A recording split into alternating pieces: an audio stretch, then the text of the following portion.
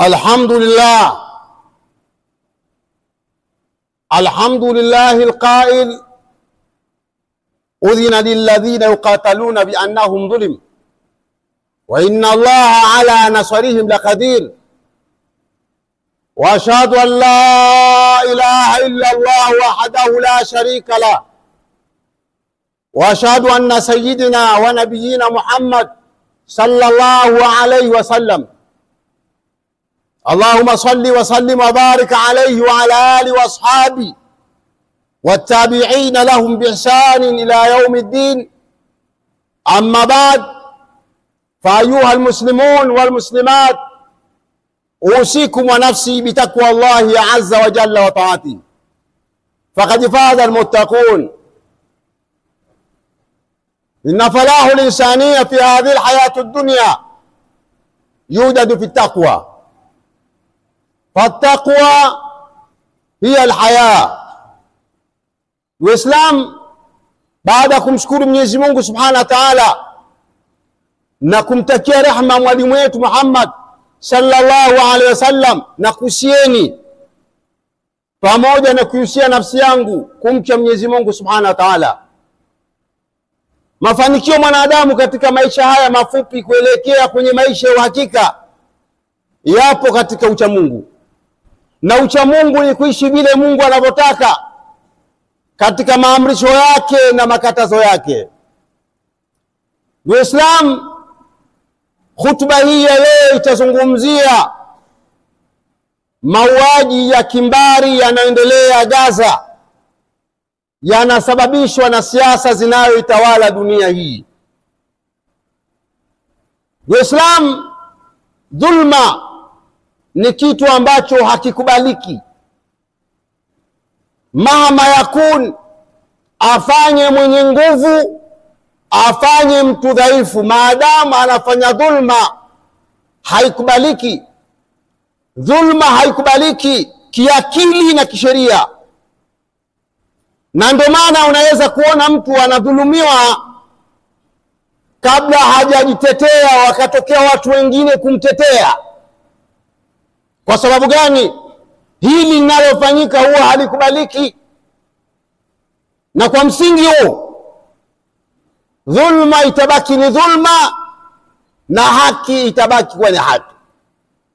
Ndio Islam, Mtume Muhammad sallallahu alaihi wasallam aliletwa katika dunia hii kuondosha dhulma, kwa sababu kabla kuja kwake ulimwengu huu ulikuwa ukitawaliwa na dhulma, watu wakiishi katika mabavu. Mwenye haki ni yule ambaye mwenye nguvu. Ukiwa mwenye nguvu unakuwa mwenye nguvu, na ukiwa dhaifu unakuwa dhaifu. Na kwa sababu dunia haikuumbiwa dhulma, akaletwa mtume kuwatoa watu katika dhulma. Rasuli sallallahu alaihi wasallam ameleshwa kuondosha dhulma, iwe ni dhulma ya kisiasa, iwe ni dhulma ya kiuchumi, iwe ni dhulma ya utamaduni, lakini vitu hivi viondoke. Rasuli sallallahu alaihi wasallam alipambana kwa nguvu zake zote, na akaondoka katika dunia hii, akaiacha dunia hii ala almahajjati albayda lailuha kanahariha.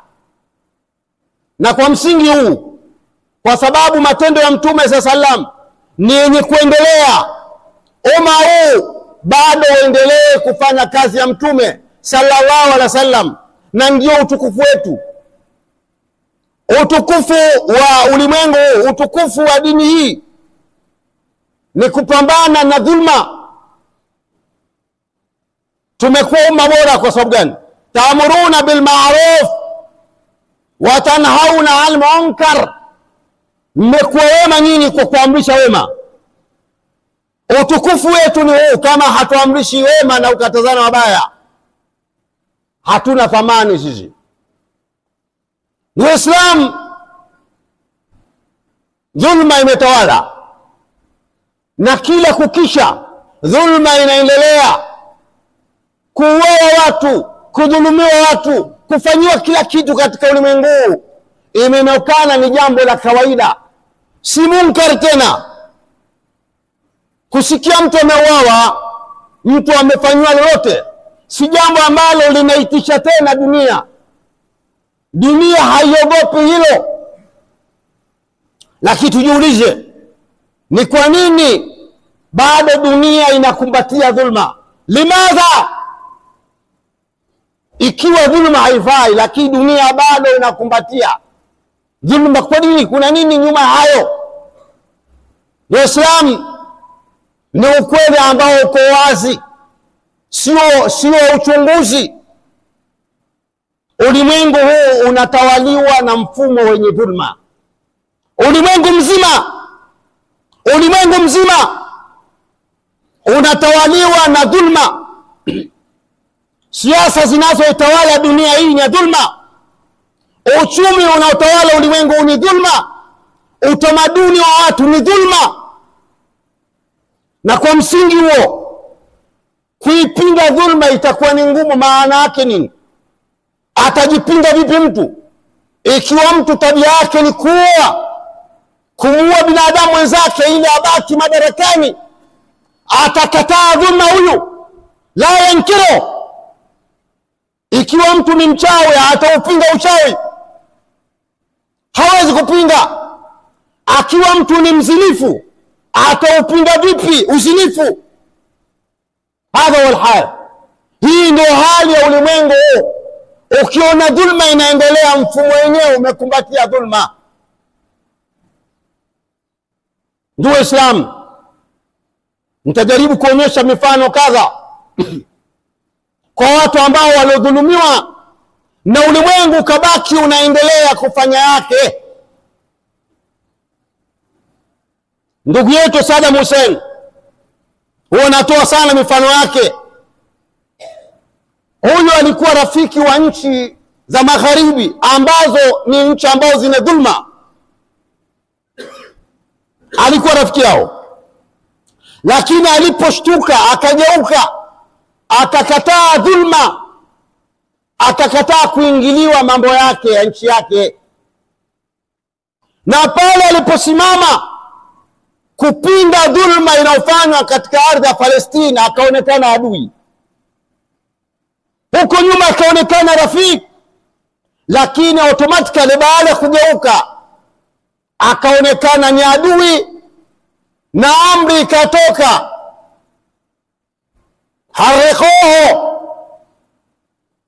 wansuru alihatakum, anyongwe huyu na nchi yake haribiwe. Amenyongwa siku ya Idi, ndio leo msisahau hilo, na nchi yake karibiwe. Sasa Iraq haina tena maisha na watu wanachukua mafuta. Wakati tukio hili linafanyika, akatokea mtu mwingine katika bara la Afrika, hakukataa. Muammar Gaddafi akapinga kufanyika Idi katika nchi yake, kukataa. Hatuwezi kwenda katika Idi wakati ndugu yetu amenyongwa, akakataa. Madola yenye dhulma ya kimagharibi sasa zamu yako. Sasa zamu yako. Nielewa hilo. Hawa watu ambao tunakumbatia sio wema kwetu. Gaddafi akauliwa na nchi yake ikamalizwa. Mnaona hivi sasa wa Libya, watu ambao walikuwa na neema, na neema ikawa imefika mpaka kwetu huku, hawana maisha tena, wanaikimbia nchi yao. Akaibuka mtu mwingine katika Afrika hii, na lazima aibuke mtu. Huwezi ukafanya wema kwa nguvu zako ukafikiri watu watakuogopa. Wewe nani? Ufanye dhulma watu wanyamaze? Rais wa Zimbabwe alikuwa rais wa Zimbabwe, Mzee Mugabe, alikataa kuwa chini ya madhalim. Akasema Zimbabwe ni nchi yangu, nimetetea nchi hii, ni nchi yangu, hakuna mtu mwingine kuingilia nchi yangu. Hilo ni kosa.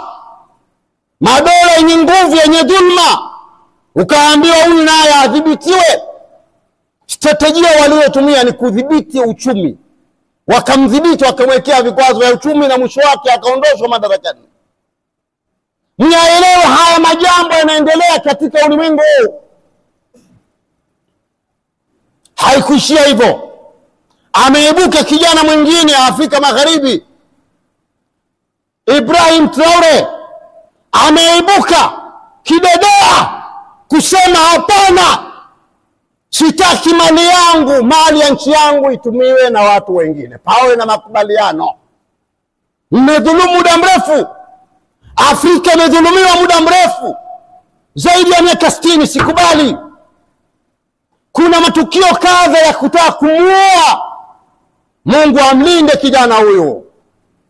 Waislamu lazima mzielewe siasa ya ulimwengu. Hili bara la Afrika halitakiwi lipumue, liishi hivi mpaka dunia inamalizika. Bahati mbaya watu wake hawaelewi. Bahati mbaya watu wake wamerogwa. Mani kawaroga wa Afrika mpaka hawajielewi, mpaka sasa hawamjui adui yao.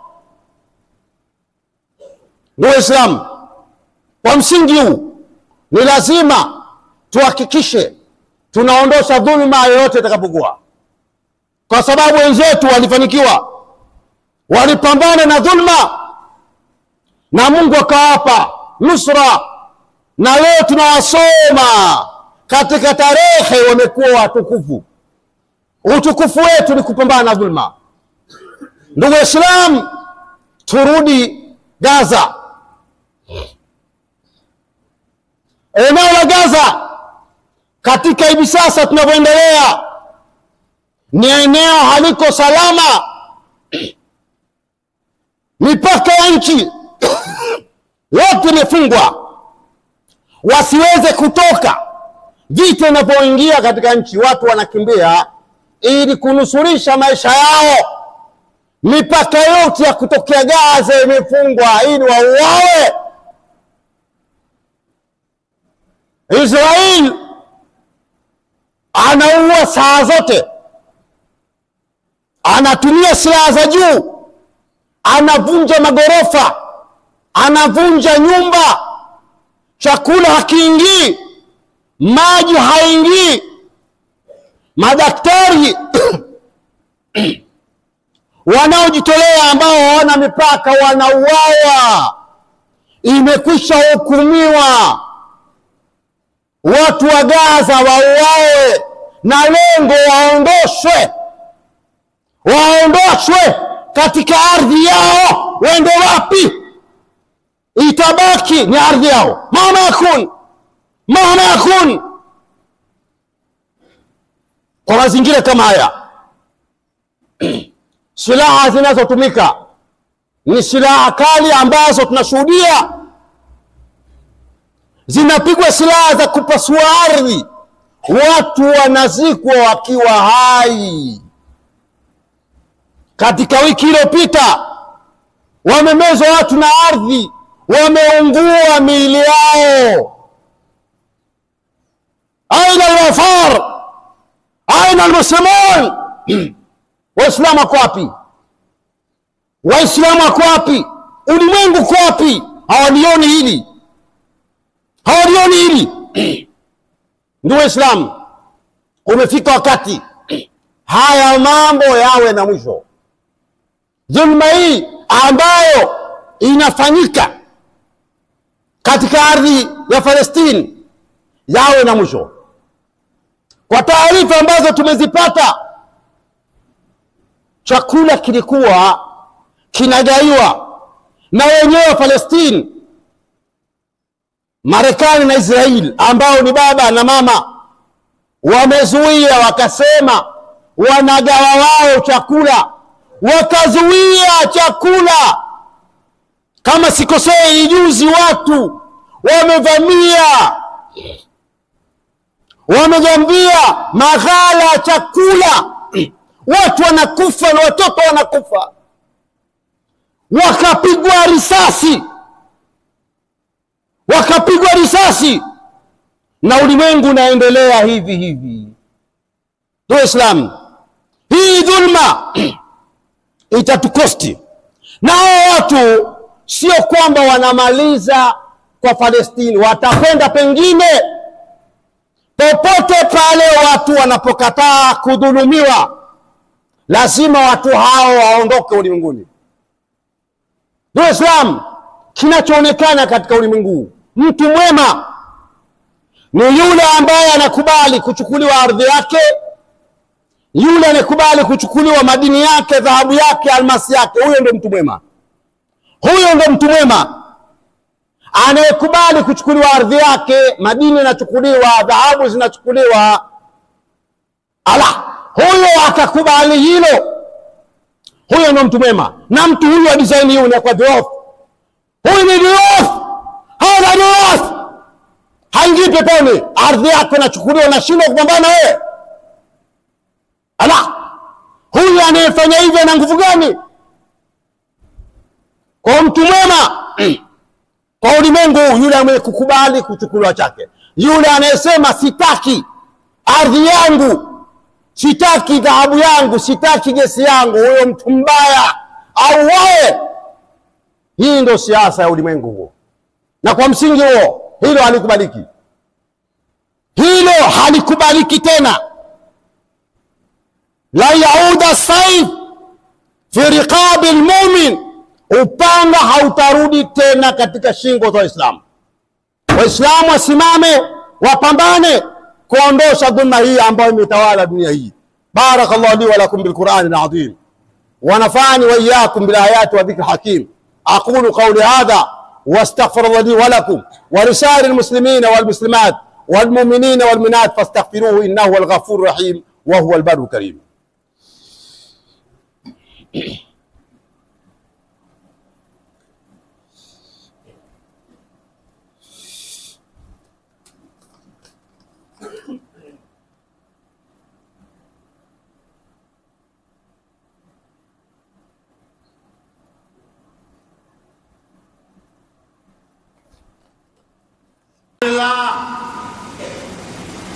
والصلاة والسلام على رسول الله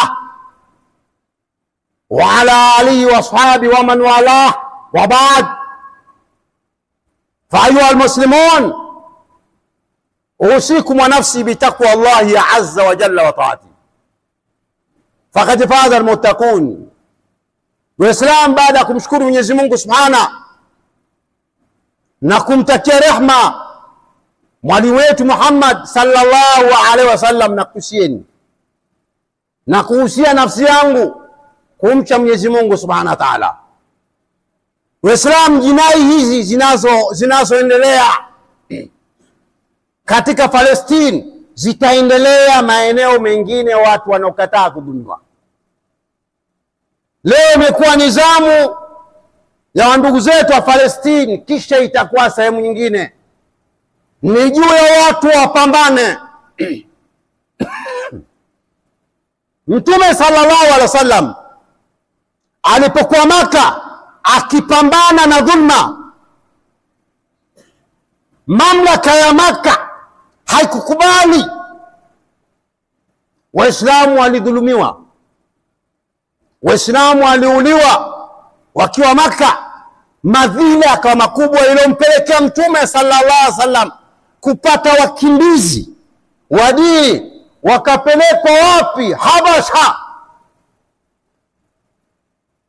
Lakini akurudi nyuma, Mtume akenda Taif kupambana na dhulma, akapigwa, akarudi katika mji wake, akaambiwa asiingie. Serikali ya Maka ikakataa asiingie.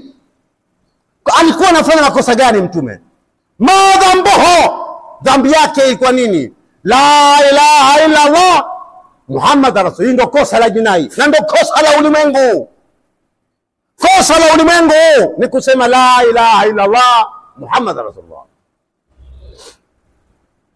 Lakini Mungu arada Allah an yuhaqqa al-haqqa bi kalimati.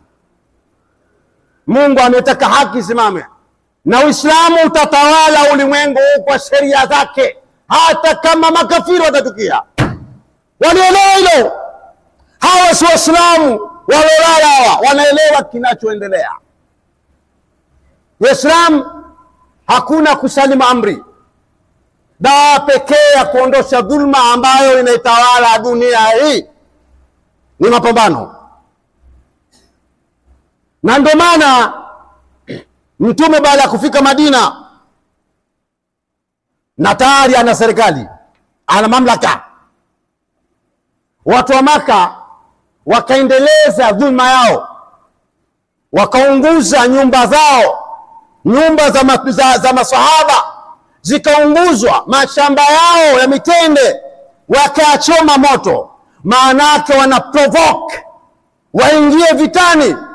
Masahaba wakamwambia Mtume, turuhusu, hawa tunawaweza, hawa wametudhulumu tukiwepo Maka, sasa tuna serikali, Mtume tupe idhini. Akamwambia sijapewa amri, sijapewa na amri, na nani? Allah hajanipa amri. Lakini baada hapo Mtume sallallahu alaihi wasallam akapa amri katika sura 22 aya 39, katika sura al-Hajj ikapewa amri, ikatoka tangazo la mapambano, udhiya lilladhina uqataluna bi annahum zulimu wa inna Allaha ala nasrihim laqadir alladhina ukhriju min diyarihim bighairi haqqin illa an yaqulu rabbuna Allah ila akhir aya. Wameruhusiwa kupigana wale wanaopigwa. Ukipigwa piga, ukipigwa piga, ukitolewa jino toa jino. Hii ndio Uislamu. Hadha wa Uislamu. Ala, unakubali kupigwa siku zote? Yeye anakupiga kaparusa na nani? Udhina udhina alladhina yuqataluna bi annahum dhulim, wameruhusiwa kupigana wale wanaopigwa. Wa inna Allah ala nasrihim laqadir. Udhina alladhina yuqataluna bi annahum dhulim, wameidhinishwa kupigana wale wanaopigwa. Kwa sababu gani? Limadha wapigane? Wamedhulumiwa. Anayedhulumiwa hataki kuwa mnyonge, pambana naye. Au mchawi au nani, pambana naye. Wa inna Allah ala nasrihim laqadir, na Mungu ni muweza wa kunusuru waliodhulumiwa. Alladhina ukhriju min diyarihim bighairi haqq, wale walotolewa katika miji yao pasina haki. Kosa lao ni kwa nini? Illa yaqulu rabbuna Allah, walosema rabbuna Allah, inna alladhina qalu rabbuna Allah thumma istakhamu tatanazzalu alayhim malaika alla takhafu wala tahzan. Hamna muda kuogopana, muda kuogopana basi. Katika ulimwengu yanayofanyika Palestina yatafanyika sehemu nyingine, hakuna kuogopana. Waislamu, tutasema nini? Tutasema nini kwa Mtume juu ya dhulma inayofanyika kwa ndugu zetu hawa? Tutasema nini kwa Mtume kwa ndugu zetu DRC wanaouawa kila siku kwa dhahabu yao? Waislamu kama wenzetu walipambana na mwisho kaandikwa kwa wino wa dhahabu. Hakuna njia nyingine, hakuna agreementi, hakuna makubaliano ya mtu anayekudhulumu. Hakuna hii. Uislamu haufahamu. Kama Mtume sallam, Mtume alikuwa na mwanadiplomasia, lakini mwisho alipambana. Na ndio maana katika Badri, vita Badri, ndio Uislamu ukachukua nafasi yake. Na ndio maana Mwenyezi Mungu akalieleza hili, wala qad nasarakumullahu bi Badri wa antum adilla, Mungu alikunusuruni katika Badri mkiwa wanyonge. Waislamu wakawaua makafiri masanadi. Na maadamu dhulma ipo, bado mapambano yapo, hata tafia la amri, mpaka watu waache kwa dhulumu Waislamu. Na Uislamu hauna mipaka. Anapodhulumiwa mtu Iraq, wapo Waislamu lazima wajibu mapigo kwa mujibu wa sheria yao. Hata wa Uislamu. Waislamu tuna haja ya kusimama na Mwenyezi Mungu na kuhakikisha tunamaliza maisha haya tukiwa saada, tukiwa na mafanikio, Kama wenzetu wamedhulumiwa kiasi hiki, na lazima na sisi tusimame. Kwa maswahaba wa Mtume walinusuriwa katika Badri, walipambana. Na angalia Uislamu walipokuwa na nguvu, ambao hawafahamu. Wallahi, katika watu ambao hawafahamu nguvu yao Waislamu, makafiri wanajua Uislamu ana nguvu. Makafiri wanajua Uislamu ana nguvu, lakini mpaka sasa napozungumza Ijumaa hii, Waislamu ulimwengu mzima hawafahamu nguvu yao, power yao. Waislamu wana Mungu, Waislamu wana majeshi. Walillahi junudu samawati wal ardi wama ya'lamu junuda rabbika illa hu wama hiya illa dhikra lilbashar. Lakini nguvu hii ndio Waislamu haiwezi kupatikana kwa kuingia katika mifumo ya kibinadamu. Hatutafanikiwa. Mungu hawezi kuwasaidia na demokrasia. Mungu anatoa msaada wake kwenye dini. Lifahamike hilo. Msaada wa Mwenyezi Mungu huko katika dini. Uislamu, dhulma tupambane nayo. Muda wa kupambana na dhulma ni kuanzia sasa. Pambana na dhulma nyumbani kwako. Kama watoto wako hawaswali, hiyo ni dhulma. Mke wako hawaswali, hiyo ni dhulma. Bibi yako hawaswali, hiyo ni dhulma. Mtaani kwako kuna dhulma, hiyo ni dhulma. Hakikisha dhulma inaondoka na haki na tawala. Na kaida haki ikisimama, dhulma inaondoka. Waqul jaa al-haq wa dhaaka al-batil inna al-batila kana dhahuka. Kwa kumaliza khutba hii, tumlete Mtume sallallahu alaihi wasallam katika hadithi aliyopokea Imam Muslim. Asema Mtume sallallahu alaihi wasallam, man raa minkum munkara. Sikiza taarifa hii. Halafu nahangaika sio na mipira na vitu vya ujinga. Mwenye kuona munkar, mwenye kuona ubaya au ondoshe ubaya, huwa hauchekei. Man raa minkum munkara falyughayyiru biyadi. Mwenye kuona munkar auondoshe kwa mkono wake. Fa in lam yastati fabilisani, kama hawezi kwa ulimi. Na ndio maana sisi tunatumia majukwaa haya. Majukwaa haya ndio Mtume sallallahu alaihi wasallam alikuwa kisimama. Wa in lam yastati fabiqalbi, kama hawezi achukie moyoni kwake. Wadhalika adhafu iman, na huo ni udhaifu iman. Wa sadaqa Mustafa sallallahu alaihi wasallam. Ndio Waislamu, ushindi uko karibu. Waislamu wakisimama, hata hapa Cheka wakisimama, hawana sababu ya kunusuriwa na Mungu. Hakuna atakayewachezea. Ilakum mi'atun yakhlibu 200, mkiwa 100 mtawashinda 200. Ala, sisi tunamtaji bwana. Sisi hatuna sababu ya kutafuta nani na nani, tukisimama tu.